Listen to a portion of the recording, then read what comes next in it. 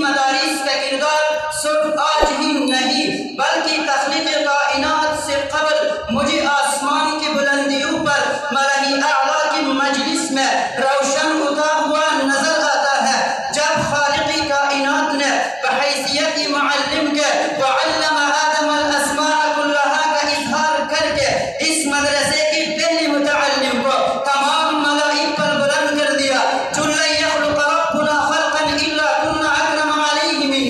کسان و گمان میں مگن تھے تو پھر وہی مدرسہ آسمانی دنیا کی نیچے قائم ہوتا ہے، تو معلم انسانیت صلی اللہ علیہ وسلم کے حلقہ علمی سے وہ فیض یافتگانی نبوت تیار ہوتے ہیں جن کے کردار کی گواہی قرآنی اوراق پر چمک رہی ہے۔ الذین احصروا فی سبیل اللہ لا یستطیعون ضربا فی الارض۔ امام جلال الدین سیوطی رحمہ اللہ فرماتے ہیں نزلت فی اہل الصفت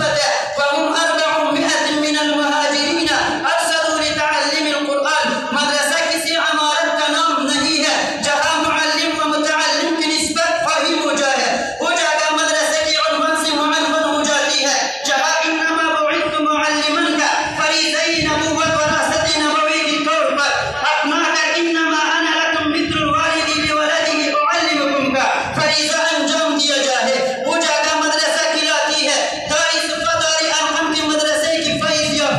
جب دنیا کا رخ کرتے ہیں تو حضرت عثمان رضی اللہ عنہ کی دور تک ہزار بائی جان قفقاز مقرن تک صرف 25 سال کے عرصے میں اسلام کا پھریلا لہراتا نظر آتا ہے۔ اردو کی مہار ہاتھ میں لے کر نکلنے والے اقوام عالم کو بار دور سنبھال لیتے نظر آتے ہیں۔ اردو مدارس کی کردار سے ناواقف اقوام کو یہ باور کراتے ہیں واقف تو ہے اسراء سے یہ دار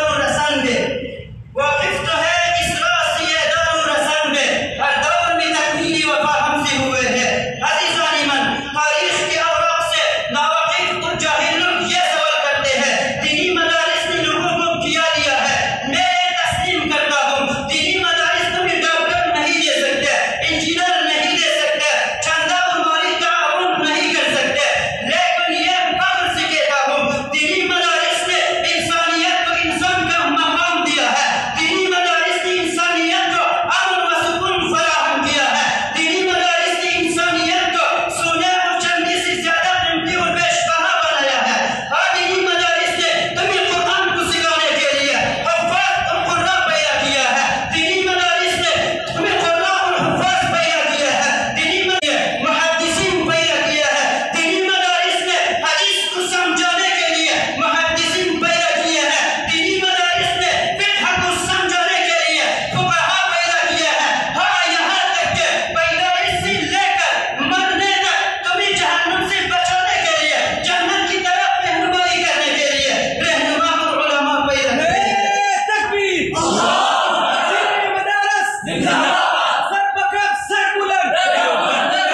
حضرت مولانا عبدالباری زندہ باد۔ حاضرات، میں ان مدارس کی بات کر رہا ہوں جن کا نظام افاقی، نظام پیغام افاقی، سوچ فکر اور نفسیات افاقی ہے، ہر دور میں قرآن و سنت کا پرچم تابع ہے، اسلام کی نظریات سرحدوں پر محافظ بنے رہے۔ میں ان مدارس کی بات کر رہا ہوں صرف دینی اسلام کا محافظ نہ بنے بلکہ ملک کی وطنی سرحدوں کی تحفظ کے لیے اپنی جانوں پر کیل کہے۔ اس فتنے کا بچہ بچہ جمتا ہے، زندانوں کو آباد کرنے والے، جیلوں سے جنازہ اٹھانے والے، اپنی جسموں پر گرمی استیلیا پھروا کر کباب بن جانے والے، یہ باستر کالا پانی جیسے بدنام زخامت جیلوں میں سزائی کٹنے والے، جگہوں پر جان کی نذرانے پیش کرنے والے، یہ انہی مدارس کے علماء اور فضلاء ہی تھے۔ پھر میں کیوں نہ کہوں وہ مرد نہیں جو ڈر جائے حالات کے خونین منظر سے،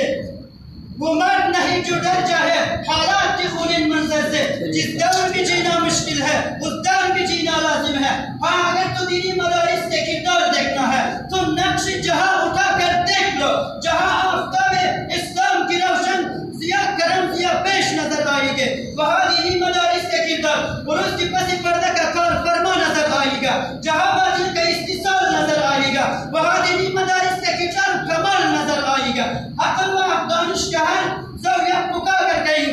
کر کہیں گے اگر دینی مدارس کا کردار نہ ہوتا تو واجب کا سخت نقاب نہ ہوتا، اگر دینی مدارس کا کردار نہ ہوتا تو مسلم کا طرز آداب نہ ہوتا، اگر دینی مدارس کا کردار نہ ہوتا تو کبھی شرعی ایمان شاداب نہ ہوتا، اگر دینی مدارس کا کردار نہ ہوتا تو بدل و دجل کا کوئی جواب نہ ہوتا۔ غرض یہ ہے کہ فلاح و اصلاح کی ہر مقام پر دینی مدارس کے کردار چمکتا نظر آئے گا، اور اغیار کی دلوں کو جھنجھوڑ کر کہیں گے ہمارا خون بھی شامل ہے تزیق الاسلام میں، ہمیں بھی یاد کر لینا چمن میں جب بہار آئی وما علینا